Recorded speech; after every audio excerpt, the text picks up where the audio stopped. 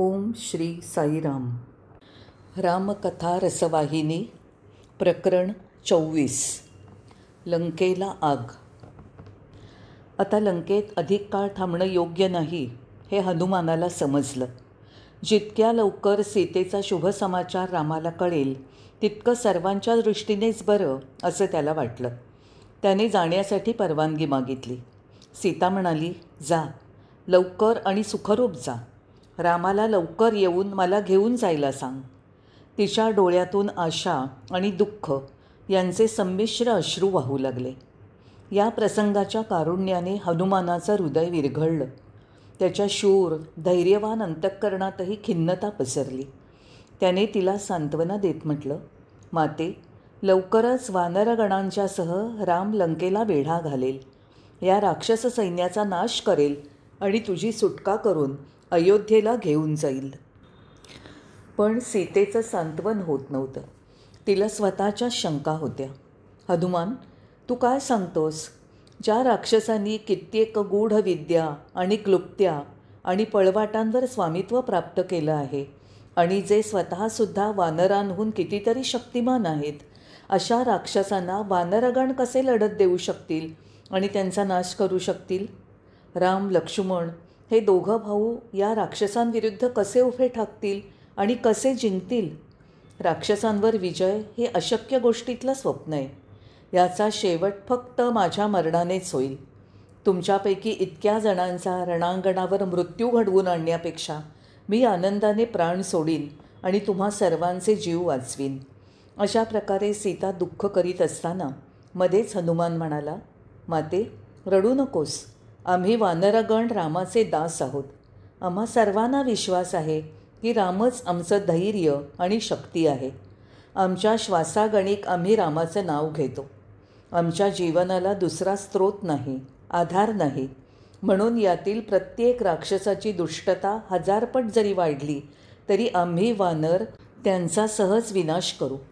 कपट आणि दुष्टता यात ते वरचढ असूनसुद्धा आम्ही त्यांच्यावर विजय मिळवू. तू आमच्या या रूपामुळे आमच्या शक्ती आणि कौशल्याविषयी शंकित आहेस. मी लढाईत कोणतं रूप धारण करू शकतो ते मी तुला दाखवतो. हनुमान आकाशा इतका प्रचंड झाला आणि जणू सोन्याचं पर्वतशिखर दिसावं तसा तिच्यापुढे हात जोडून उभा राहिला. यावर आश्चर्यचकित झालेली सीता म्हणाली, हनुमान, थांब थांब, पुरे, स्वतःला आवर. जर राक्षसांच्या नजरेला पडलास तर तुला रामाकडे लवकर परत जाता येणार नाही. सीतेने त्याच्या वाढीला विरोध केला आणि त्याला जुन्या रूपात येण्याची विनंती करू लागली. हनुमानाने आपल्या उग्र रूपाचा त्याग केला आणि क्षणार्धात लहान वानर बनला. हनुमानाने तिला नमस्कार केला आणि जाण्यासाठी पाऊल उचललं. पण सीतेचा करुण चेहरा आणि तळमळ त्याच्या हृदयावर एवढी कोरली गेली होती की त्याला पाय उचलता येईना.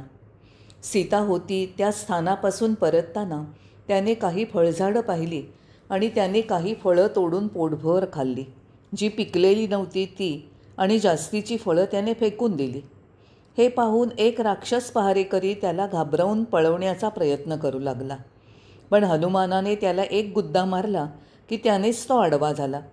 तो पहारेकऱ्यांच्या प्रमुखाकडे धावत गेला. प्रमुख त्याच्या वरिष्ठाकडे धावला आणि तो वरिष्ठ त्याच्या अधिकाऱ्याकडे धावला. अशा रीतीने एक माकड बागेत धुमाकूळ घालतो आहे ही बातमी प्रत्यक्ष सम्राट रावणाच्या कानावर गेली. हा रावणाला अपशकुन वाटला. त्याला या खोडसाळपणा आणि अपमानामुळे राग अनावर झाला. त्याच्या रागाच्या ठिणग्या आकाशाला भिडल्या. त्याने काही शेकडो राक्षसांना त्या उद्धट प्राण्यावर एकदम चढाई करून त्याला पकडण्याची आज्ञा दिली. त्या शेकडो राक्षसांनाही कार्यात यश मिळालं नाही तेव्हा रावणाने हजारो तरबेज आणि शस्त्रधारी राक्षसांना बागेत पाठवलं. हनुमान त्यांच्या चढाईची वाटच पाहत होता. ते एवढे शक्तिशाली राक्षसही त्या वानराला काही करू शकले नाहीत की त्याला तिथून हुसकावून लावू शकले नाहीत. हनुमानाने झाडाची एक वाळकी डहाळी तोडली आणि राम राम असं म्हणत ती भोवती फिरवली आणि राक्षसांनी त्याच्यावर जी अस्त्र शस्त्र फेकली होती ती त्याने त्या डहाळीच्या साह्याने परतवली. हे पाहून राक्षसांना समजेना की हा आहे तरी कोण? काय हा देवांचा दूत होता की तो लंकेच्या विनाशाचा संदेश घेऊन येणारा जासूद होता. संकटाच्या पूर्वसूचनेने जड अंतःकरणाने पराभूत वीर आपल्या ठाण्यावर परतले. आपल्या या पराभवाचं वृत्त राजा रावणाला कळवण्याचंही कुणात धैर्य उरलं नाही. या मोहिमेवर, या विशिष्ट कामासाठी आपण अगणित निवडक योद्धे पाठवलेत, पण आम्हाला कार्य सिद्ध करता आलं नाही. जेव्हा त्या वानराने एकदा नुसती गर्जना केली तेव्हा शेकडो राक्षस निव्वळ भीतीने मेले. आमच्या पायाखालची जमीन थरथरली. ती गर्जना नगराच्या प्रत्येक वाड्यावरून प्रतिध्वनित झाली. त्या प्रतिध्वनीचेही पडसाद ऐकू आले.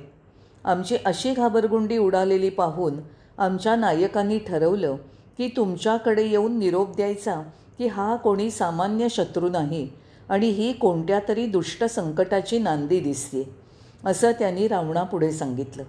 त्याला काहीही आडपडदा न ठेवता साध्या सरळ भाषेत सत्य सांगितलं गेलं. जर या वानराला नगरात मोकळं हिंडू दिलं तर या भूमीवर नक्कीच काहीतरी संकट येणार. यावर रावणाने आपल्या प्रिय पुत्र अक्षय कुमारला हजारो तयार राक्षस योद्ध्यांचा सेनापती म्हणून पाठवलं. पण क्षणातच हनुमानाने या सैन्याचाही निकाल लावला आणि रावणाला आपल्या प्रिय पुत्राच्या मृत्यूबद्दल शोक करावा लागला. राजपुत्राच्या निधनाने आणि त्याच्या संपूर्ण सैन्याच्या विनाशाच्या वार्तेने सगळी भूमी भीतीने थरकापली. लोक आपापसात कुजबुजायला लागले की हा कोणी सामान्य माकड नव्हता, तर ही कोणती तरी दैवी घटना असली पाहिजे. सीतेला लंकेत उचलून आपल्या पापाचा सूड घेण्यासाठी आलेला हा कोणीतरी भयानक वानर असला पाहिजे. कित्येकांनी मनातल्या मनात लंकेला या वानराच्या तडाख्यातून वाचव म्हणून सीतेची प्रार्थना करायला सुरुवात केली. कारण त्यांना वाटलं की तिच्या सूड भावनेनेच या विचित्र प्राण्याचं रूप घेतलं असणार. रावणाने मेघनादाला निरोप पाठवला आणि या नव्या आक्रमकाचा नाश करण्याचं काम त्याच्यावर सोपवलं. हजारो सैनिकांचं प्रचंड सैन्य त्याने त्याच्या ताब्यात दिलं होतं. मेघनाद रथात बसला आणि मोठ्या दिमाखाने त्याने आपल्या शूरसेनेचं नेतृत्व केलं. ते सैन्य जसं चालू लागलं तसं धरणी आणि आकाश त्यांच्या वीरतेकडे आणि क्रोधयुक्त चालीकडे अवाक होऊन पाहू लागले. त्यांच्या युद्धघोषणा आकाशाला जाऊन भिडल्या. ज्यांनी त्यांचा थाटमाट आणि त्यांची अस्त्रशस्त्रांची तयारी पाहिली ते आश्चर्याने आणि कौतुकाने पाहू लागले. हनुमानाने त्यांना येताना पाहिलं आणि अत्यंत त्रयस्थपणे त्यांचा कोलाहल ऐकला. एका पसरलेल्या झाडाच्या छोट्या फांदीवर निर्विकारपणे बसून राक्षस सैन्य जवळ येईपर्यंत त्यांच्या माकडचेष्टा गमतीने पाहू लागला. सैनिकांनी सर्व बाजूने त्याच्यावर बाणांचा वर्षाव केला. हनुमानाने एकच कांठळ्या बसवणारी गर्जना केली आणि खाली उडी मारून त्याने एक प्रचंड वृक्ष मुळापासून उपटला आणि त्याच्या भोवती तो गरागरा फिरवून त्याच्यापर्यंत येणाऱ्या बाणांचा वर्षाव परतवला. ते बाण इतक्या वेगाने मागे फिरले आणि राक्षसांनाच असे लागले की कित्येक राक्षस त्यामुळे मरण पावले आणि लढत चालू ठेवायला फारच थोडे शिल्लक राहिले. एका तडाख्याने रक्त ओकत मेघनाद खाली पडला. म्हणून त्याने बरोबर असलेल्या पवित्र ब्रह्मास्त्राचा वापर करण्याचा निर्णय घेतला. त्याला माहीत होतं की त्रिमूर्तीमधील ब्रह्मदेवाने रावणाला सांगितलं होतं की तो नर किंवा वानराच्या हातून मारला जाईल. त्याने ते संकट थोपवण्याचं ठरवलं. मेघनादाने विधियुक्त मंत्र म्हणून ब्रह्मास्त्र सोडलं. हनुमानाला अशा अभिमंत्रित करून पवित्र केलेल्या ब्रह्मदेवाला अर्पण असलेल्या या अस्त्राविषयी आदर होता, म्हणून काहीही प्रतिकार न करता त्याने त्याच्यासमोर आदरपूर्वक लोटांगण घातलं. त्यामुळे त्याला नागपाशात बांधणं मेघनादाला सहज शक्य झालं. आनंदित झालेल्या राक्षसांनी उड्या मारत धावत जाऊन रावणालाही वार्ता सांगितली. या बांधलेल्या वानराला पाहायला लाखो लोकांनी रस्त्यावर गर्दी केली. भीती किंवा चिंतेची एकही रेषा हनुमानाच्या चेहऱ्यावर दिसत नव्हती. तो गर्दीकडे जणू करमणूक होतीये अशा नजरेने पाहत मंद हसत अत्यंत शांत आणि आत्मविश्वासाने जात होता. सरते शेवटी तो रावणाच्या दरबारात पोचला. त्या दरबारात प्रदर्शित होत असलेली शक्ती आणि वैभवाच्या प्रदर्शनाकडे हनुमान ज्या अपमानजनक बेपर्वाईने पाहत होता त्याकडे पाहूनच तिथे जमलेले दरबारीगण आणि मंत्री आश्चर्यचकित झाले. त्या वानराच्या विचित्र आकाराकडे पाहून रावण मोठ्यांदा हसला. पण दुसऱ्या क्षणी मृत्यूच्या कल्पनेने त्याला घेरलं. तथापि त्या क्षणी रावण अतिशय रागावला होता. त्याने विचारलं, तू माकडा, तू खरा कोण आहेस? तू कोणाच्या शक्तीचं प्रदर्शन आणि उपयोग करत होतास? तू ही फळझाडं आणि बगीचाचा विध्वंस का केलास? आत्ता जरी बद्ध आहेस तरी तुला लाज वाटत नाही? मान वर करून तू चोहीकडे पाहतोयस. चल, मला खरी खरी उत्तरं दे. या प्रश्नकर्त्याकडे पाहून हनुमान एकदा पोटभर हसला. उत्तर देण्यासाठी त्यांनी अशी काही शब्दरचना आणि वाक्यरचना केली की त्याच्या भोवतालच्या लोकांना काहीही लक्षात आलं नाही. पण रावण अलंकार, शास्त्र आणि व्याकरणशास्त्राचा विद्वान होता. त्याच्या लक्षात सगळं व्यवस्थित आलं.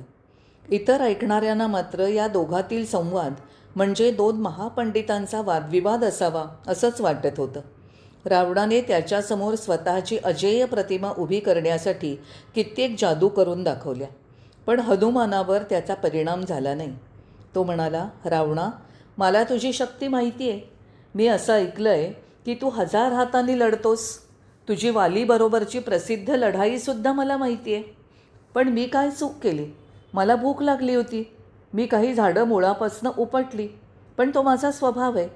मी माझ्या नैसर्गिक वसतिस्थानात झाडावर बसलो होतो. अर्थातच प्रत्येकाला स्वतःचा जीव वाचवण्याची इच्छा आणि निश्चय असतोच. तुझे सैनिक अतिशय दुष्ट आहेत. त्यांनी मला त्रास दिला म्हणून मी त्यांना दिला आणि माझा त्रास सहन न होऊन ते मेले. मी स्वतःला वाचवण्यासाठी त्यांच्याबरोबर लढलो. तुझ्या मुलाच्या बाणाने मला या पाशात बद्ध होण्यासाठी जबरदस्ती केली. पण मी तुला फसवू इच्छित नाही. माझ्या स्वामींची आज्ञा पाळणं एवढीच माझी इच्छा आहे. लक्ष देऊन माझं बोलणं ऐक. वैयक्तिक अहंकार आणि प्रतिष्ठा सोड. ज्या कुटुंबात आणि ज्या कुळात तू जन्माला आलायस त्याची थोरवी लक्षात घे. लक्षात घे की तू ब्रह्मदेवाचा प्रपौत्र आहेस. पुलस्ती महर्षींचा नातू आहेस. विश्रवांचा तू पुत्र आहेस. हा शक्ती आणि भपक्याचा हव्यास सोड. जे त्याला शरण गेलेत त्या सर्व भयनाशक इक्ष्वाकू वंश मुकुटमणी, रघुवंश शिरोमणी प्रभू रामचंद्राची अंतःकरणपूर्वक भक्ती कर. त्याला शरण जा. त्याचा आश्रय घे. काळही त्याच्यापुढे भीतीने चळचळा कापतो. त्याच्याबरोबर शत्रुता जोपासणं तुझ्या कल्याणाचं काम नाही. माझं ऐक. सीतेला त्याच्या चरणकमलापाशी घेऊन जा आणि त्या चरणातून जी कृपा प्रसारित होते त्याच्यावर ध्यान कर. त्या कृपेच्या शक्तीवर लंकेच्या भूमीवर कायम राज्य कर. तुझ्या पितामह पुलस्तींची निष्कलंक कीर्ती यावत चंद्र दिवाकरव जगाच्या काना कोपऱ्यात पसरून राहू देत. तुझ्या कुळाचं उज्ज्वल नाव तू यत्किंचितही दूषित होऊ देता कामा नयेस. तुझा अहंकार आणि भ्रम सोडून दे.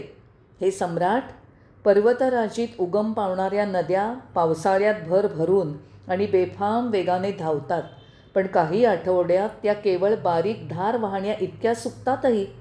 तुझी शक्ती आणि संपत्ती याचाही असाच ऱ्हास होईल आणि त्या लुप्त होतील. शक्ती आणि संपत्तीचा मूळ स्रोत रामच आहे. त्याची भक्ती कर. मग त्यांचा कधीच ऱ्हास होणार नाही, कारण तो शांती आणि समृद्धीचा कधीही न आटणारा झरा आहे. तो सनातन संपूर्ण आहे. त्याचं काहीच नुकसान होणार नाही. तुझा मात्र त्याच्यापासून फायदा होईल. हे रावणा, मी हातचं काहीही न राखता मोकळ्या मनाने तुला सांगतोय. त्याच्या द्वेषाने आंधळ्या झालेल्या दुर्दैवी व्यक्तीची सुटका कोणीही करू शकणार नाही. हा माझा सल्ला मान. हनुमानाचे हे शब्द मृदू, हितावह, ज्ञान आणि नैतिकतेने परिपूर्ण असे होते. पण या सल्ल्याचा उपयोग करून फायदा करून घेण्याच्या मनस्थितीत रावण नव्हता. तो म्हणाला, मूर्खा, मी काय करावं हे शिकवण्याचं धाडस करतोस? तुझा धिक्कार असो. मृत्यू तुझ्या आसपास घोटाळतोय. नाहीतर माझ्यासमोर एवढं मोठं भाषण देण्याचं धैर्य तू दाखवलं नसतंस. तुझी बाष्फळ बडबड बंद करून तोंड बंद कर. हनुमानाने त्या दरडावणीकडे लक्षच दिलं नाही. त्याने प्रत्युत्तर दिलं, रावणा, या शब्दातून तुझा सर्वनाश प्रतीत होतोय. अरे रे, तू असा बुद्धिहीन कसा झालास? जसा जसा काळ जाईल तसा तसा तुला माझ्या शब्दांचा खरा अर्थ लक्षात येईल. काही दिवसातच मृत्यू कुणाला त्याच्याजवळ खेचतोय, तुला की मला, हे तुला दिसेलच. अतिशय निर्भयपणे हनुमान जेव्हा असं काहीही भीडभाड न ठेवता बोलला तेव्हा रावणाचा राग अनावर झाला. तो उठला. आग ओकत आपल्या मांड्या थोपटत त्याने आपल्या अनुयायांना या माकडाच्या उद्धटपणाबद्दल त्याला मारून टाकायला आज्ञा दिली आणि सगळं जग नागपाशात बद्ध असलेल्या हनुमानाकडे धावलं. अगदी त्याच वेळी आपल्या अनुयायांसह रावणाच्या भावाने बिभीषणाने दरबारात प्रवेश केला. त्याने आपल्या मोठ्या भावाला प्रणाम केला आणि विरोध करत म्हणाला, स्वामी, दूताला मारणं योग्य नाही. या कृत्याला राजधर्म परवानगी देणार नाही. त्याला दुसरी कोणतीही शिक्षा द्या, पण मृत्यूदंड देऊ नका. रावणाच्या मंत्रीगणांनीही बिभीषणाची बाजू उचलून धरली आणि म्हणाले की तो जे म्हणतोय तेच उदार सत्य आहे. योग्यायोग्यतेच्या त्यांच्या चुकीच्या कल्पनावर रावण उपहासाने हसला, पण तरीही त्याने सिंहासनावरून उतरता उतरता सांगितलं, ठीक आहे, त्याचा एखादा अवयव तोडून पंगू करा आणि सोडून द्या. सगळ्या मंत्रीगणांनी एकत्र येऊन त्याला कसं पंगू करावं यावर विचार केला आणि या निर्णयाप्रत ते पोचले की माकडांना आपल्या शेपटीवर सर्वाधिक प्रेम असतं आणि ती लांब, सुरक्षित आणि सुदृढ ठेवण्याचा ते आटोकाट प्रयत्न करतात. कोणीतरी सुचवलं की त्याच्या शेपटीला कापडाच्या चिंध्या बांधून ती तेलात भिजवावी आणि मग शेपटीला आग लावून द्यावी. ही सर्वोत्तम शिक्षा होईल. ही कल्पना एका मताने सर्वांनी मान्य केली. या अतिशय कल्पक युक्तीवर ते स्वतः खुश झाले. हा शेपूटरहित वानर आपल्या स्वामीकडे जाईल आणि याचा बदला घेण्यासाठी त्याला इथे घेऊन येईल. मग आपल्याला याच्या स्वामींचा पौरुषत्व आणि पराक्रम कळेल. सर्व दरबारात सगळीकडे याच कुजबुजण्याला ऊत आला होता. हनुमान त्यांच्या हालचाली पाहत होता, त्यांच्या गप्पा गोष्टी ऐकत होता आणि सारा वेळ मनातल्या मनात हसत होता. जेव्हा त्यांचं संपलं तेव्हा तो वज्राघाताच्या आवाजाप्रमाणे हसला. या त्याच्या अपमानास्पद वागण्यावर राक्षस संतापले. त्यांनी कापडं आणि तेल आणलं आणि तेलात कापड बुडवून शेपटीला गुंडाळायला सुरुवात केली. पण ते जितके कपडे गुंडाळून तेलात बुडवत होते तितकी शेपटी वाढत होती. कित्येक मैलोगंटी कापड आणि तेलाचे हौदच्या हौद मागवावे लागत होते. ही आश्चर्यजनक हकीकत सर्व नगरभर पसरली आणि सगळ्या नगरातून मुलं, माणसं, स्त्रिया हा चमत्कार पाहायला दरबाराकडे धावू लागले. मध्येच ढोल ताशेवाल्यांनी ढोल ताशे बडवत मिरवणूक काढली. सगळ्या गर्दीने टाळ्या वाजवायला सुरुवात केली. सर्व शेपूटभर तेलात भिजवलेल्या चिंध्या गुंडाळून हनुमंताला रस्त्यावरून फिरवण्यात आलं. शेपटीची ती मिरवणूक लंकेच्या मध्यवर्ती चौकात पोचली. तिथे उत्सुक नागरिकांच्या प्रचंड गर्दीसमक्ष हनुमंताच्या शेपटीच्या टोकाला जळती ज्योत लावण्यात आली. एकाएकी हनुमानाने सूक्ष्मरूप धारण केलं. त्यामुळे त्याला बांधलेले दोर सैल झाले आणि गळून पडले. दोर गळून पडल्यावर त्याने पुनश्च आपलं नैसर्गिक रूप धारण केलं आणि उड्या मारू लागला. तो एका उडीत सुवर्णप्रासादाच्या माथ्यावर पोचला. त्याने राम राम अशी आरोळी ठोकली आणि त्या राक्षसांचा भीतीने थरकाप उडवला, कारण एकाएकी जोरदार वारा वेगाने वाहू लागला. हनुमानाने हवेतच एक कोलांटी उडी मारली आणि तो आनंदाने बेभान झाला. तो एका प्रासादावरून दुसऱ्यावर उड्या मारू लागला आणि त्याचं जळतं शेपूट मागोमाग होतंच आणि ते शेपूट अधिकच लांब लांब वाढू लागलं. तो जसा या रस्त्यावरून त्या रस्त्यावर फिरत राहिला तशी ती प्रचंड आग अधिकच भडकली. साऱ्या लंकेतील प्रासाद त्या आगीत सापडले आणि राखेचे ढिगारे बनले. आपल्या बायका पोरांना घेऊन जीवाच्या आकांताने राक्षस आपली जळती घरं सोडून जीव वाचवण्यासाठी सैरावैरा धावू लागले. या गोंधळात भर म्हणून गायी, घोडे, खेचरं, हत्तीही घबराट आणि वेदनांनी आपले तबेले सोडून सैरावैरा धावू लागले. संपूर्ण नगरभर रडणं, ओरडणं, आरोळ्या आणि चित्कार ऐकू येऊ लागले. आम्हाला वाचवा, सुरक्षित जागी ठेवा, अशासारख्या स्त्रिया आणि मुलांच्या आर्त विनवण्या आकाशातून प्रतिध्वनित होऊ लागल्या. महाराणी मंदोदरीने हा विलाप ऐकला. आपल्या पहारेकऱ्यांना महालाचे दरवाजे उघडून तिथे स्त्रिया आणि मुलांना आसरा द्यायला सांगितलं. तिने आपली भीती आणि वेदनेला वाट मोकळी करून दिली. अरे रे, रावणाचा मूर्ख हटवादीपणा राक्षस कुळाच्या संहाराला कारणीभूत होतोय. संपूर्ण सर्वनाशानेच हा तडाखा शमणार आहे. मी आणि बिभीषण भाऊजींनी त्याला कितीदा सांगितलं. आम्ही हात जोडून विनंत्या केल्या, पण त्यांनी कशाकडेच लक्ष दिलं नाही. आम्ही कितीकदा सांगितलं की या सर्वाची परिणती हर एक राक्षसाच्या नाशातच होईल. पण म्हणतात ना, विनाशकाले विपरीत बुद्धी.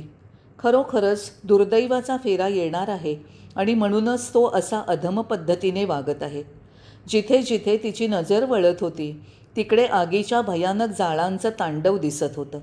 त्या ज्वाळातून तिला हनुमानही इकडून तिकडे उड्या मारताना दिसत होता.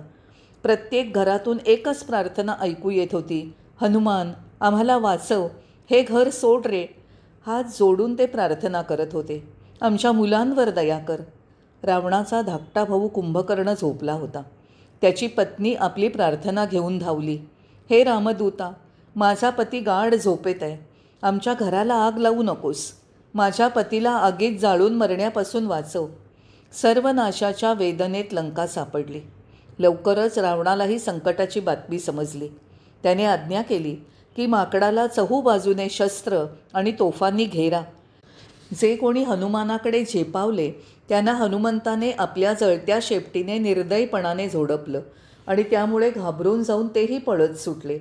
त्या जळत्या शेपटानेच कित्येक जण मेले. स्त्रिया ढगांना विनवू लागल्या की त्यांनी पाऊस पाडून या आगीला थोपवावं. माल्यवंताने त्यांची कुतरोड पाहिली आणि स्वतःशीच म्हणाला, नाही, ही पावसाने विझवता येईल अशी आग नाही, ही सीतेच्या असहनीय दुःखाची आग आहे. इतर म्हणू लागले, ही रावणाविरुद्ध उठलेल्या रागाची ज्वाळा आहे. या शापाच्या अग्निवेदनेतून त्याने पार पडलंच पाहिजे. ही आग या नगरीला भस्म करेल. हनुमानाच्या शेपटीची प्रचंड ज्वाळा अथकपणे घरांच्या छपरांवरून उड्या मारत होती. हनुमान कधी लहान रूप धारण करायचा तर कधी प्रचंड व्हायचा, पण त्याने कोणतंही रूप धारण केलं तरी विध्वंसाचं प्रमाण तेच राहत होतं. ज्वाळांचा तडतडाट आणि भिंतीचं कोसळणं सतत कानावर पडत होतं. सीतेने ही बातमी ऐकली. आपलं मस्तक वर करून तिने धुरांच्या लोळाकडे आणि बगीचा भोवतालच्या प्रकाशाकडे एक लांब नजर टाकली. धुराने आकाश काळवंडलं होतं. बागेतही असह्य उष्मा वाटत होता. सीतेने त्वरित अग्निदेवाची प्रार्थना केली आणि म्हटलं की अग्निदेवाने हनुमानाला काही इजा करू नये, तो रामाचा खरा भक्त आहे. तिने कनवाळू अंतःकरणाने अशी प्रार्थना केल्याने हनुमानाला एकाएकी थंड वाटू लागलं. मोठ्याने दिलेला सल्ला ठोकरल्याने आणि योग्य पथप्रदर्शन केलं असता उद्धटासारखं बोलल्याने रावणाची आता बदनामी झाली होती.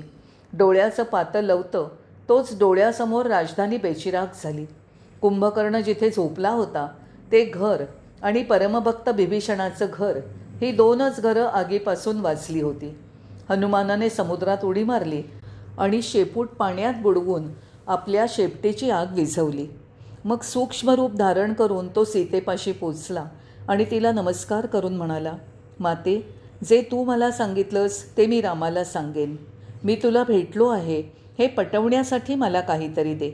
सीतेने क्षणभर विचार केला आणि आपला चूडामणी काढून हनुमानाच्या हातात ठेवला. आनंदाने हनुमानाने तो आदराने आपल्या डोळ्यांना लावला आणि तो परत एकदा आनंदाने तिच्या पाया पडला. सीतेने त्याला आशीर्वाद दिला आणि म्हणाली, हनुमान, रावण मला कसा छळतो ते तू स्वतःच आपल्या डोळ्यांनी पाहिलं आहेस, म्हणून त्यावर मी अधिक काही सांगत नाही. स्वामींना सांग की त्यांच्या दर्शनाचं सौभाग्य त्यांनी मला दिलंच पाहिजे. त्यांना सांग की त्यासाठी मी पुन्हा पुन्हा प्रार्थना केली आहे. त्यांना सांग की लक्ष्मणासह 1 महिन्याच्या आत त्यांनी लंकेला वेढा घातला पाहिजे. हनुमान, हे माझे 3 दिवस तुझ्याशी रामाविषयी बोलत आनंदात गेले. माझं हृदय आता शांत आणि शीतल झालं आहे. तू गेल्यावर मी यापुढे कसे दिवस रात्र घालवेन त्याची कल्पना करू शकत नाही. सुकलेल्या तळ्यातील मासोळीप्रमाणे माझी स्थिती होईल. सर्वज्ञ राम माझ्यावर सतत लक्ष ठेवत आहे हे मला माहिती आहे, पण केव्हा मी त्या कमलनयनाला पाहून तृप्त होईन, केव्हा? तिच्यात आपल्या प्रतिज्ञेत आणि आश्वासनांनी धैर्य आणि विश्वास निर्माण करण्याचा प्रयत्न हनुमानाने केला. त्याने तिला परत परत प्रार्थना केली, विनंती केली, पाया पडला. सरते शेवटी त्याने परतीचा मार्ग धरला. अशोकवनाचा निरोप घेण्याआधी त्याने निरोपाची आरोळी ठोकली. त्यामुळे धरणीकंप झाल्याचा भास झाला. स्त्रिया, पुरुष, मुलं भीतीने थरथरले. आता आणखी उशीर न करता हनुमानाने समुद्रकिनारा गाठला. त्याने आपलं मन रामाच्या विचारांनी भरलं. डोळ्यापुढे त्याची लावण्य मूर्ती आणली आणि ते नाम आणि रूपाचं ध्यान करत असतानाच त्याने समुद्रावरून उडी मारली आणि क्षणात दुसऱ्या किनाऱ्याला पोचला. तो कार्तिक पौर्णिमेचा दिवस होता. शांत चंद्रप्रकाश जणू अंतःकरणावर सुखद लेप लावत होता. रामाच्या नावाने शक्ती आणि उत्साह निर्माण केला होता. हनुमानाने मोहीम यशस्वी केली होती. ज्या वानरांनी क्षितिजावरून हनुमानाला येताना पाहिलं त्यांच्या आनंदाला पारावार राहिला नाही. हनुमान जसजसा जवळ येत होता तसं त्यांचे चेहरे प्रफुल्लित होत होते. ते हर्षनिर्भर झाले होते. त्याला जवळजवळ येताना पाहून ते नव्याच तेजाने झळकू लागले. रामाने ज्या मोहिमेवर त्यांना पाठवलं ती मोहीम फत्ते केली म्हणून ते हर्षभरीत झाले होते.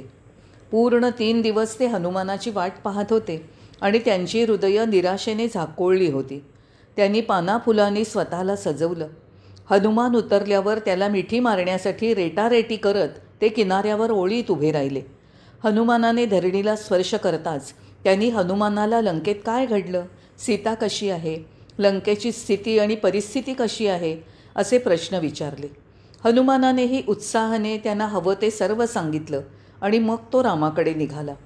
थोड्या वेळात त्यांनी मधुवनात प्रवेश केला आणि तिथल्या फळांवर ताव मारला. कारण सुग्रीवाने वचन दिलं होतं की सीतेचा शोध लागल्याबरोबर त्यांना मधुवन खुलं होईल. तेथील पहारेकऱ्यांनी वानरगणांना रोखण्याचा प्रयत्न केला पण तरीही ते आत घुसतच राहिले. म्हणून पहारेकऱ्यांनी पळत जाऊन आपल्या स्वामीला सांगितलं की ते ही लूटमार टाळायला असमर्थ ठरले आहेत. सुग्रीवाने जेव्हा हे ऐकलं तेव्हा तो आनंदाने उद्गारला, ओ हो, ते यशस्वी झाले. रामाने सोपवलेलं कार्य त्यांनी पूर्ण केलं. त्याला खूप खूप आनंद झाला. सुग्रीव पहारेकऱ्यांना म्हणाला, हा सोहळा आहे, हा आनंदोत्सव आहे. जा, काळजी करू नका. इतक्यात वानरांचे समूह आले आणि त्यांनी आपल्या राजाला नमस्कार केला. सुग्रीवाने हसून त्यांचं स्वागत केलं आणि म्हणाला, मला कळलंय तुम्ही मोहीम फत्ते करून आला आहात. ते म्हणाले, स्वामी, आपल्या कृपेने आणि शुभेच्छांमुळे आमच्या कार्यात आम्ही यशस्वी झालो. ज्याने हे यश मिळवलं तो महान आहे. त्याने आम्हाला नवजीवन दिलं. तुमच्या समोर आम्ही उभे आहोत आणि बोलत आहोत त्यासाठी केवळ तोच एक कारणीभूत आहे. मग त्यांनी त्याला लंकेची साद्यंत माहिती सांगितली आणि सीतेच्या तिथल्या दयनीय स्थितीची हकीकत सांगितली. यावर सुग्रीव अचानक उठला. म्हणाला, आता एक क्षणही उशीर करायचा नाही. तो घाईघाईने रामापाशी गेला. वानरांनी कार्यात यश मिळवलं आहे आणि ते आता आपल्याकडेच येत आहेत हे जाणून राम लक्ष्मण त्यांच्या स्वागतार्थ मोठ्या शिलाखंडावर बसले आणि घाईने येणाऱ्या समूहाचं अवलोकन करू लागले. टांगा टाकत आणि उड्या मारत उत्तेजित असे ते रामापाशी पोचले आणि त्यांनी रामाच्या पायी लोटांगण घातलं. रामाने प्रथम त्यांच्या तब्येतीविषयी विचारणा केली. त्यांच्यातील सर्वात वृद्ध जांबवान उभा राहिला आणि म्हणाला, ज्यांना तुझी कृपा प्राप्त झाली आहे ते खरोखर भाग्यवान आहेत. त्यामुळे सगळ्या सद्गुणांची त्यांच्यात वाढ होते. अशांची ख्याती तिन्ही लोकात होते. त्यांनी हनुमानाची विविध प्रकारे स्तुती केली. हनुमानाने उठून रामाला साष्टांग प्रणिपात केला. त्याने सविस्तरपणे रामाला लंकाद्वीपाची माहिती दिली. त्याने ह्या आनंदाश्रूंच्या प्रवाहात सीतेची हकीकत सांगितली आणि जो चूडामणी त्याने अत्यंत जपून आणि सावधानतेने आणला होता त्याच्या हातात ठेवला. रामाने हनुमानाला हृदयाशी धरलं. तो म्हणाला, हे वायुपुत्रा, मला सीतेबद्दल आणखीन सांग. ती कशा स्थितीत आहे, तिची भावनिक स्थिती कशी आहे, सगळं सांग. हनुमान म्हणाला, प्राणनाथ, ते वर्णन करणं अशक्य आहे. सीतेची अस्थिपंजर अवस्था झाली आहे. कारण ती अन्न खात नाही की झोपत नाही. आपल्या दर्शनासाठी प्रार्थना करत ती क्षण मोजत आहे. तुमचं नाव घेण्याशिवाय तिला दुसरा विचारच नसतो. तिने मला तुम्हाला अगणित प्रणाम सांगायला सांगितले आहेत. पुष्कळ वेळा लक्ष्मणाच्या आठवणीनेही तिने खूप अश्रू ढाळले. दररोज सकाळ संध्याकाळ रावण तिच्यापाशी येऊन जे सुरा खुपसल्यासारखे शब्द बोलतो ते मी माझ्या कानांनी ऐकलेत. माता त्याच्या या बडबडीकडे लक्ष देत नाही. प्रत्येक क्षण ती तुमच्या वियोगाच्या दुःखात आणि तुमच्यावर केंद्रित झालेल्या विचारात सतत विरघळून जात आहे. याच क्षणी सीतेला वाचवा. रामाच्या पाया पडून हनुमान रडू लागला. हे ऐकून लक्ष्मण सुडाने पेटून उठला आणि सीतेच्या अवस्थेबद्दल अश्रू ढाळू लागला. लंकेतील सीतेच्या चित्राने त्याचं अंतःकरण विदीर्ण झालं. सरते शेवटी तो म्हणाला, दादा, आता उशीर करू नकोस. माझ्या वहिनीला वाचव. राम मंद हसत म्हणाला, लक्ष्मणा, शांत हो, उतावीळ होऊ नकोस, वेळेची प्रतीक्षा कर. प्रत्येक पाऊल उचलायला वेळ यावी लागते. दुःखाने खचू नकोस आणि आनंदात हुरळून जाऊ नकोस. रामाने मृदू सांत्वनपर शब्दांनी त्याचा राग शांत केला. मग त्याने हनुमानाला बोलावून जवळ बसवून घेतलं. हनुमान त्याच्या पायाशी बसला. रामाने विचारलं, हनुमान, लंकेतील रावणाच्या राज्यकारभाराचं स्वरूप काय आहे? तू लंकेला आग कशी लावलीस? हनुमान म्हणाला, स्वामी, आपल्याला माहीत नाही असं काही नाही. एका वानराच्या शक्तीबद्दल मी काय सांगावं? आम्ही एका फांदीवरून दुसरीवर उड्या मारणारे प्राणी. आम्ही समुद्राच्या एका तटावरून दुसऱ्या किनाऱ्यावर काय उडी मारू शकणार? आम्ही काय राक्षसांवर जय मिळवणार? लंकेला आग लावून तिची नासाडी करण्याची शक्ती आमच्यात काय असणार? प्रभू, हे सगळं केवळ आपल्या कृपाशीर्वादाने आणि महिम्याने झालं. आपल्या नामस्मरणाने जी शक्ती आणि धैर्य मिळालं, त्यामुळे या गोष्टी घडवायला आम्हाला मदत झाली. माझा मी काही करू शकायला सर्वथा दुर्बळ आहे. आपण जी अंगठी मला दिली होती तिने माझं रक्षण केलं आणि मला योग्य मार्गदर्शन केलं.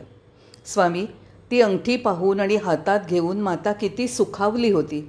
काय हे स्वप्न आहे की रामाने खरोखरच ही माझ्यासाठी पाठवली आहे? अशा प्रकारे तिला आश्चर्य वाटलं, संशयही निर्माण झाला, पण शेवटी दृढ विश्वासही वाटला. स्वामी, तिचं दुःख, तिच्या आत्यंतिक पीडेनेच लंकेला आग लावली आणि तिला बेचिराग केलं. मी काहीच केलं नाही. आपण मला साधन म्हणून निवडलं आणि माझ्यातर्फे हे महान कार्य साध्य केलं. आपल्याला भक्तांबद्दल निरतिशय प्रेम असल्यामुळेच आपण ही कृपा माझ्यावर केलीत. स्वामी, आपली कृपा जो संपादन करेल त्याला काहीही अशक्य नाही. प्रामाणिकपणा आणि नम्रतेने भिजलेले शब्द ऐकून रामाला अतिशय आनंद झाला. तो लक्ष्मणाकडे वळून म्हणाला, लक्ष्मणा, शीघ्र मोहिमेची तयारी कर. जांबवान आणि सुग्रीवाने कमीत कमी वेळात धरणी हादरवणारं सैन्य गोळा करून सैन्याची जी तयारी केली ती पाहून देवांनाही आश्चर्य आणि समाधान वाटलं. वानर योद्ध्यांनी रामाचा चरणस्पर्श घेतला आणि विजयी गर्जना केली. रामाने आपल्या कृपाळू आणि आशीर्वादात्मक नजरेने सर्वांना वरदान दिलं. प्रत्येक योद्धा जणू पंख असलेलं गिरीशिखर झाला आणि प्रत्येक पाऊल उत्साहाने उचलत ते चालू लागले. त्यांनी पुढे पाऊल टाकता क्षणी सर्वत्र शुभशकून दिसू लागले. त्याच क्षणी सीतेलाही अशोकवनात मांगल्याची चाहूल लागली आणि रावणाला अपवित्र घटनांनी सूचित केलेल्या अभद्र शकुनांनी घेरलं. जांबवान आणि इतरांनी वाटेतील प्रचंड झाडं उपटली आणि ती शस्त्रांप्रमाणे फिरवली. वाटेत ते अशा आरोळ्या आणि गर्जना करत होते की त्यांच्या पायाखालची धरणी कंपायमान होई आणि आकाशातून चहू बाजूने गडगडाट ऐकू येई. अधूनमधून ते प्रभू रामचंद्रांचा विजय असो अशा गर्जनाही करत. लंकेत प्रत्येक राक्षसाला आता नजीकच्या भविष्यात आपल्यासाठी काय लिहून ठेवलं आहे या चिंतेत घेरलं. येऊन ठेपलेल्या विध्वंसाची त्यांना भीती वाटू लागली. त्यांची खात्री झाली की ते हे येणारं संकट टाळू शकत नाहीत. रावणाची भयंकर भीती वाटत असल्याने ते आपली भीती एकमेकांशी फक्त कुजबुजून व्यक्त करत होते. जिथे कुठे राक्षस समूह भेटत तिथे या रामदूताने केलेल्या भयानक मोडतोडीच्या विषयाभोवतीच त्यांचं बोलणं घोटाळे. एका नोकरात एवढा प्रचंड पराक्रम करण्याची क्षमता आहे तर त्याच्या स्वामीत केवढी शक्ती असेल? ते आश्चर्य करीत कल्पनातीत असा हल्ला करणाऱ्या रामाचं चित्र डोळ्यासमोर आणत. लोकांची ही भीती रावणाची राणी मंदोदरी हिला तिच्या दासींनी कळवली. तिचं मन साशंकता आणि चिंतेने ग्रस्त झालं. तिच्या लक्षात आलं की घटनांचं योग्य मूल्यमापन हा या भयाचा आधार आहे. रावण केव्हा चांगल्या आणि ऐकून घेण्याच्या मनस्थितीत असेल की जेव्हा त्याच्याशी एकांतात बोलता येईल अशा योग्य संधीची ती वाट पाहू लागली. अशी संधी मिळाल्यावर ती म्हणाली, स्वामी, सर्वज्ञ अशा भगवंताबद्दल शत्रुता जोपासू नका. तुम्ही स्वतःच म्हणालात की राम सामान्य माणूस नाही. जेव्हा शूर्पणखेला विद्रूप केलं तेव्हा आपलं सैन्य त्याचा बदला घेऊ शकले नाहीत. त्या हल्ल्यामुळे त्याचं यत्किंचितही नुकसान झालं नाही की त्याला पश्चात्ताप करण्याची पाळी आली नाही. आता त्याच्याबरोबर लाखो पराक्रमी असे वानरवीर आहेत. आता आपले राक्षस योद्धे त्याच्याशी लढून काय साध्य करतील? या राज्यात आलेल्या दूताला ते पकडू शकले नाहीत, त्याला शिक्षा करू शकले नाहीत. एवढ्या मोठ्या प्रमाणात दुर्दैवाने आपल्याला घेरलं आहे. जेव्हा एका नोकराने एवढं भय आणि निराशा पसरवली आहे तर त्याच्यासारखे लाखो आल्यावर काय होईल? म्हणून मी प्रार्थना करते त्याकडे लक्ष द्या. भाऊजी बिभीषणाच्या जबाबदारीवर किंवा तुमच्या मंत्र्यांबरोबर सीतेला रामाकडे परत पाठवा. सीता ही कोणी सामान्य स्त्री नाही, ती सुद्धा परमपवित्र आहे. धार्मिक स्वभावामुळे निर्माण होणाऱ्या आध्यात्मिक शक्तीची ती प्रत्यक्ष मूर्ती आहे. अशा व्यक्तीला दुःखी करून आपलं भलं होणार नाही. माझी विनंती ऐका, सीतेला रामाकडे पाठवा. तसं केलं की तुमचं आणि आपल्या राक्षस कुळाचं कल्याण होईल. नाहीतर नाग जसा बेडकांना गिळतो तसं रामाचे बाण राक्षसगणांचा नाश करतील. आपला हटवाद आणि गर्व सोडा. सीतेला रामाच्या चरणापाशी अर्पण करा.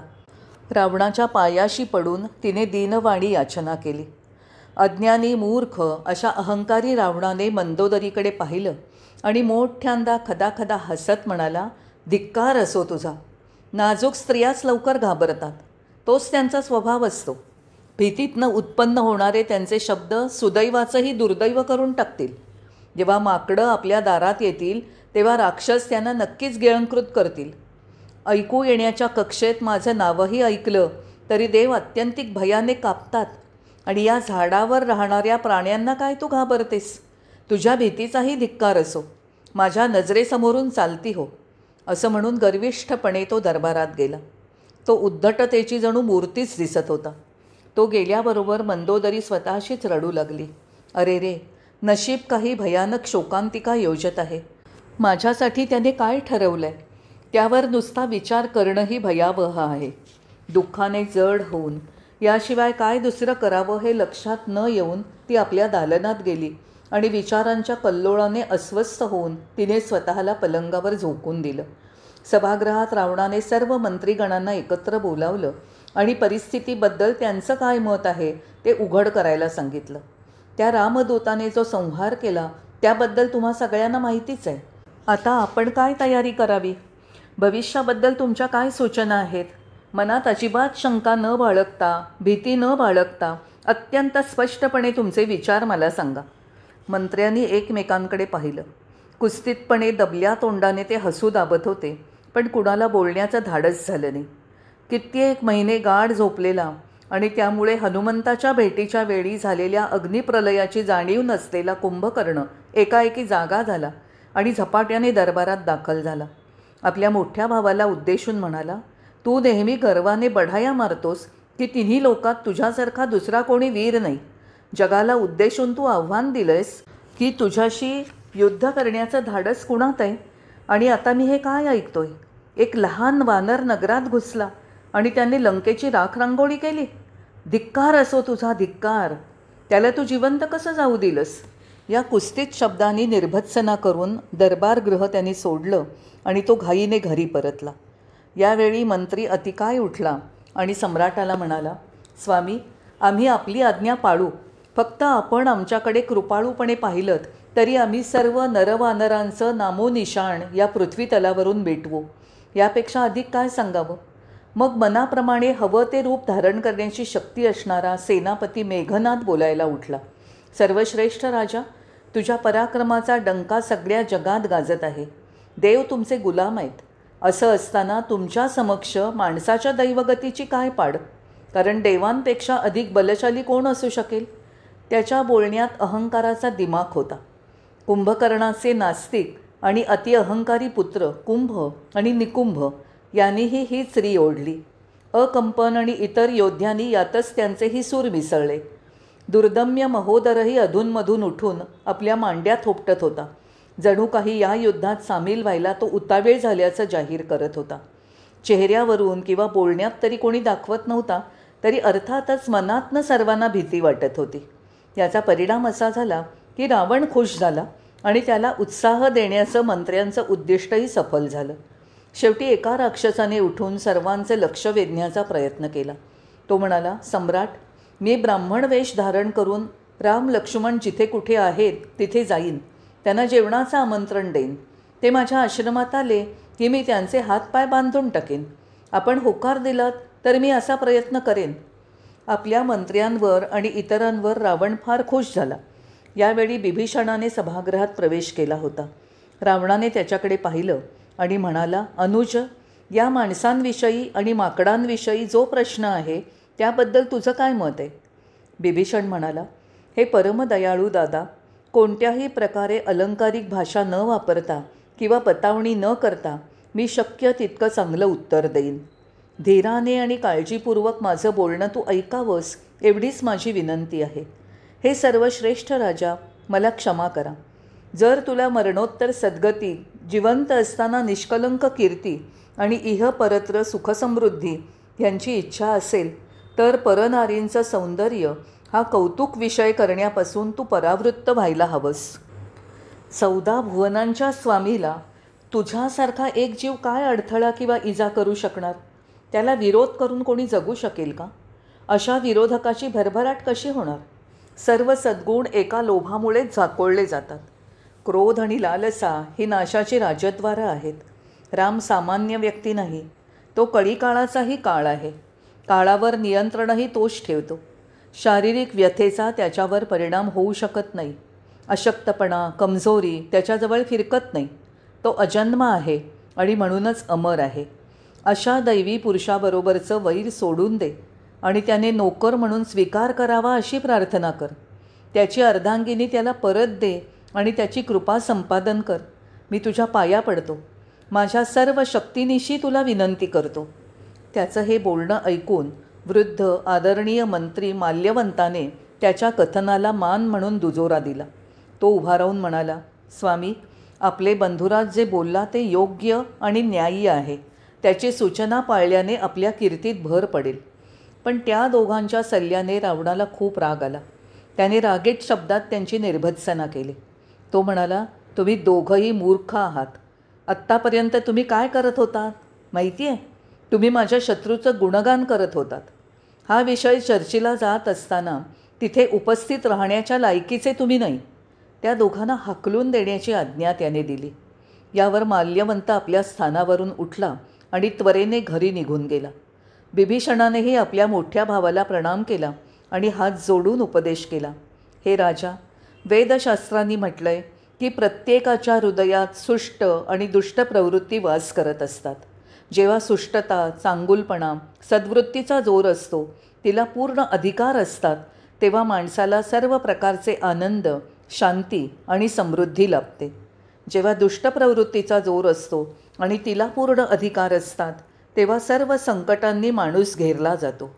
आता तुझ्या सद्वृत्तीवर दुष्प्रवृत्तीचा जोर आहे, म्हणून जे तुला चांगला सल्ला देऊन तुझं भलं करू पाहतात त्यांना तू शत्रू समजतोयस. राक्षसांची काळ रात्र अशी सीता आहे आणि तिच्याविषयी तुला दया नाही, हेच तुझ्यातील दुष्ट लक्षण आहे. मी तुझ्याकडून या स्वराच्या अपेक्षेने प्रार्थना करतो. कृपया माझी विनंती ऐक. रामाकडे सीतेला परत पाठव. त्यामुळे तुला सर्व आनंद प्राप्त होतील. तुझं मंगल होईल. यावर रावण एकाएकी सिंहासनावरनं उठला आणि दरडावला, मूर्खा, तुझा मृत्यू समीप आलाय. केवळ माझ्या कृपेमुळे तू आत्तापर्यंत जिवंत राहिलायस. आता तू माझा शत्रूच तुझं हितैषी आहेत असं म्हणतोयस. त्यांच्याबद्दल तुला एवढा आदर किंवा भक्ती का वाटते ते माझ्या लक्षात येत नाही. माझ्या बाहुबलाने नामोहरम होणार नाही असा या पृथ्वीतलावर कोण आहे? माझं दिलेलं अन्न खाऊन, माझ्या कृपेने दिलेल्या घरात राहून आणि माझ्याच देशात माझ्या शत्रूची स्तुती करण्याचं धाडस कसं करतोस? किल्ल्याचं रक्षण करण्यासाठी लावलेली काटेरी झुडपच किल्ल्याला हानिकारक झाली. उपयुक्ततेपेक्षा तू जास्तच वाढलायस. जा, एखाद्या आश्रमात जाऊन आपली ही नीती आणि चांगुलपणाचे पाठ शिकव. जा. असं म्हणून पायाशी नतमस्तक बसलेल्या बिभीषणाला त्याने एक लाथ मारून दूर ढकललं. कितीही रागाने त्याने लाथ मारली तरी लाथ मारणारे तेच पाय पकडून बिभीषण प्रार्थना करत राहिला. राजा, रामाचा सत्य संकल्प असतो आणि त्याचा संकल्प मिथ्या ठरणार नाही. तुझी वेळ सरत आली आहे. तुझ्याप्रमाणेच तुझ्या अनुयायांचीही गती ठरली आहे. मी रामाकडे जाऊन आश्रय घेत आहे. तुला वाचवण्याचा मी माझ्याकडून पूर्ण प्रयत्न केला आहे. आता मला कशाचाही पश्चात्ताप होत नाही. मी कोणतीही चूक केली नाही. असं बोलून त्याने सभागृह सोडलं. प्रत्येक श्वासागणिक रामनामाचा जप करून आनंद आणि उत्तेजनेमुळे धापा टाकत त्याने समुद्र पार केला आणि तो दुसऱ्या किनाऱ्याला उतरला. ज्या वानरांनी त्याला येताना पाहिलं त्यांना वाटलं हा रावणाचा दूत आहे आणि त्यांनी त्यांचा राजा सुग्रीवाला त्याच्या आगमनाची सूचना दिली. छावणीत प्रवेश करायला बिभीषणाला मज्जाव करण्यात आला. रामाला निरोप देण्यात आला की स्वामी, रावणाचा भाऊ आपल्या दर्शनाची इच्छा करत आहे. सुग्रीवाने रामाला हे वृत्त सांगितलं होतं, म्हणून रामाने त्याला विचारलं की या घटनेबाबत त्याचं काय मत आहे. सुग्रीव म्हणाला की हे राक्षस मनात येईल तेव्हा आणि वाटेल ते रूप धारण करू शकतात. त्यामुळे त्यांची योजना आणि उद्देश काय असू शकेल हे सांगणं कठीण आहे. आपल्याला माहीत नाही तो आपल्यात कशाला आलाय. मला वाटतं की माझ्यात आणि वालीपुत्र अंगदात दुही माजवण्यासाठी आला असावा. त्याला क्षणाचाही विलंब न करता बंदी करून बाजूला करावं असंच मला वाटतं. राम म्हणाला, मित्रा, तुझं म्हणणं खरं आहे. फंद फितुरीसाठी शास्त्रात जे लिहिलं आहे त्यानुसारच तू बोललास. पण तरीही माझी प्रतिज्ञा ऐक. हे कदाचित तुझ्या सल्ल्याविरुद्ध असेल. माझी प्रतिज्ञा आहे की जे मला शरण येतील त्यांचं मी रक्षण करेन. मग जरी तो आपला शत्रू असेल तरी त्याच्या बाबतीत अपवाद करणं चूक आहे. मला शरण येणाऱ्याचा मी कधीही त्याग करणार नाही, मग भलेही त्याने कोटी ब्रह्महत्या केल्या असतील. असंही असेल की आपल्यात फूट पाडण्यासाठी रावणाने त्याला पाठवलं असेल.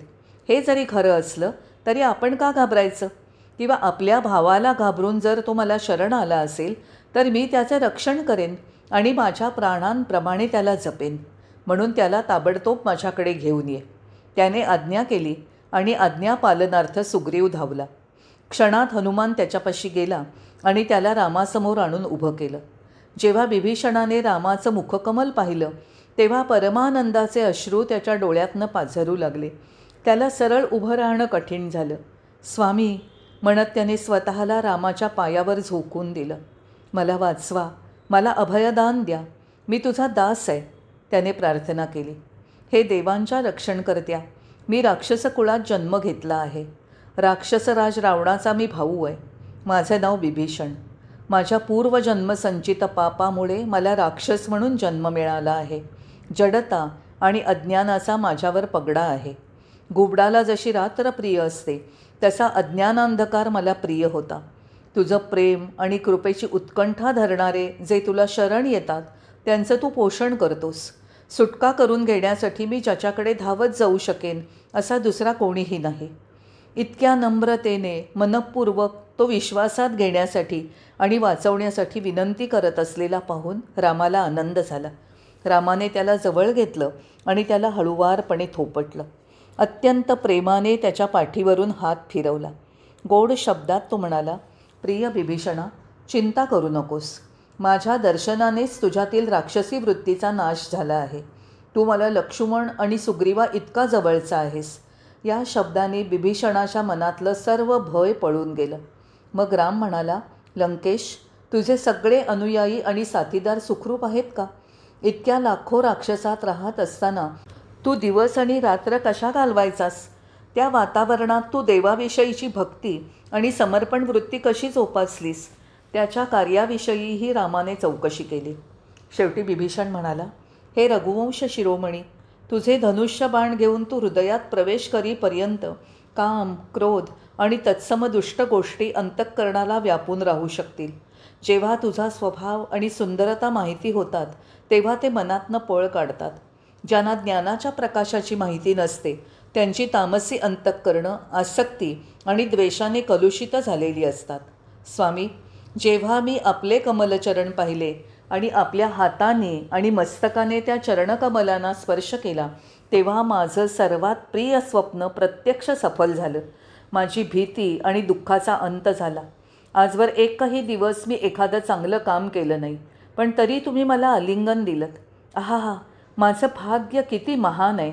बिभीषणाच्या डोळ्यातनं आनंद आणि कृतज्ञतेच्या अश्रुधारा वाहू लागल्या. रामाने त्याचं बोलणं मध्येच तोडलं आणि म्हणाला, बिभीषणा, तू सर्व इष्ट सद्गुणांनी युक्त आहेस. नाहीतर माझ्या दर्शनाचं, मला स्पर्श करण्याचं आणि माझ्याशी संबंध प्रस्थापित करण्याचं भाग्य तुला लाभलं नसतं. ही संभाषण करण्याची संधी तुला लाभली नसती. हे रामाचे शब्द ऐकून बिभीषण अमर्याद आनंदाने रोमांचित झाला. तो रामाच्या परत परत पाया पडू लागला. राम त्याला म्हणाला, जा, सागराच्या पवित्र जलात स्नान करून ताबडतोब ये. त्याच्या मागे बिभीषण समुद्र किनाऱ्यावर गेला. रामाने हनुमानाला एका कलशात समुद्राचं पाणी आणायला सांगितलं.